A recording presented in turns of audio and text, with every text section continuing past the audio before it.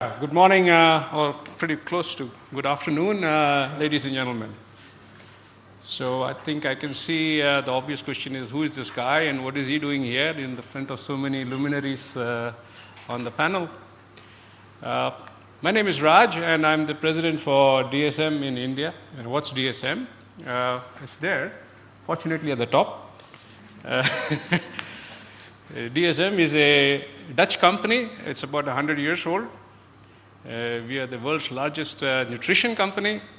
We are the most advanced in materials, and we are the life science company. What does that mean for you on a daily basis? It means just virtually any food you eat, which says it's fortified by vitamins or fortified by minerals or anything from infant formula, then has DSM in that. Any mobile phones you use, any electronics has DSM plastics. Our soldiers wear DSM bird-proof jackets, and every day, every sick person has DSM antibiotics. So that's quite a range. Yeah? But why here? Here because at the core of everything we do for the last 100 years is our commitment to two very important values. One is sustainability, and second is to fight malnutrition. In COP21, our chairman and CEO was one of the key players in making sure that collaboration was established across the world, along with a team of 5 prime ministers. And now going forward, he is the co-chair of the Carbon Pricing Alliance. Yeah? So that's the level at which DSM operates on sustainability, but also in everyday life. But so much for DSM, let's forget that. Let's move on to Marrakech.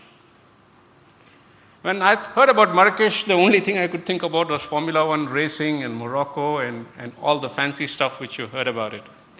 But there is more to Marrakech than just that. Marrakech is, for those of you who are not fully aware, this conference translates the high goals which were established at Paris, the intent which was established and signed on at Paris, into execution. Now that's very important. I mean, example, like it's a family of, let's say the children get together and say, yeah, we must buy a house for our parents, and everybody agrees to the goal. But then who contributes what and how do we do that? Those are important things. Now what do I believe, and I've been following this process very closely, what do I believe will happen in Marrakech? Basically 4 things.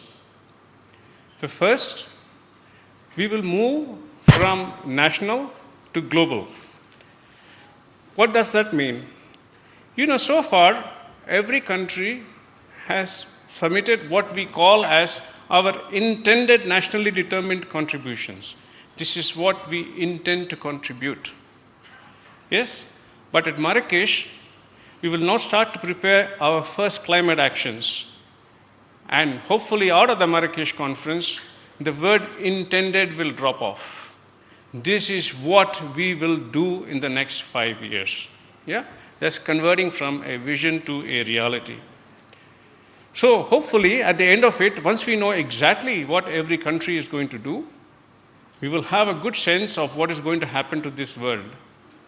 Is this goal of 2 degrees centigrade reduction or management going to take place or not? And of course, if it is going to take place, how is it going to take place? So that's the first outcome.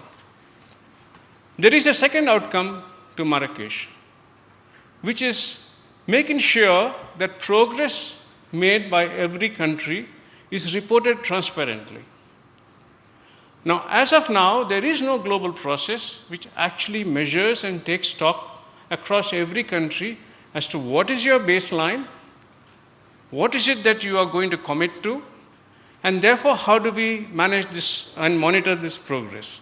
Now, this information is very critical because it is only through this information that there will be more trust and that there will be more sharing of best practice, and we will know exactly where to tackle what and how, and who is the best person to go to when we want to solve a problem.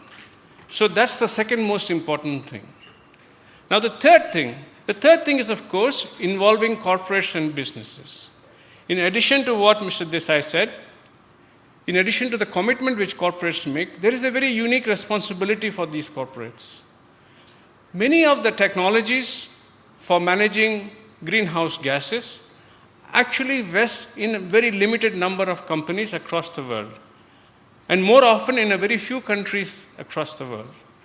How do we make sure that this technology, which has low carbon potential, low greenhouse potential, is actually transferred to recipient countries in a manner which doesn't break their back, in a manner where exorbitant profits are not made, in a manner where there is transparency, and in a manner where all beneficiaries contribute equally to such transfers? Now, this is very important. Otherwise, we could just be stuck with the wrong technologies, especially for countries like India, who are dependent on some of these advanced technologies on a few companies and a few countries. So these kind of transfers need to be done in a very transparent fashion. And lastly, of course, is the issue of developing capability in countries. As you just heard, this whole process is a 10 to 20-year process and may probably continue for another 10 to 20 years or forever. How do countries actually develop the capability to deal with this? How do civil servants have the capability to deal with this? How to have continuity? Because it's a very complex subject and you need to understand that at great depth. So those are the four key outcomes I would expect from Marrakech. Now, having established that, what do I see in India? India has got a unique situation. In fact, it's in the midst of a dilemma. 20 years ago, we didn't have this dilemma. As Mr. Desai said, India didn't even feature. Why? Because we were not seen as a large contributor, we were not seen as a large economy, and we were seen as fairly insignificant in terms of politics and power. But increasingly, what is right? So therefore, at Paris, we have definitely signed on to common goals. But really, the most important thing is we have a different type of responsibility, pretty much like what the minister said. We have to do the right thing by the individual and by the country and for the world. Thank you very much.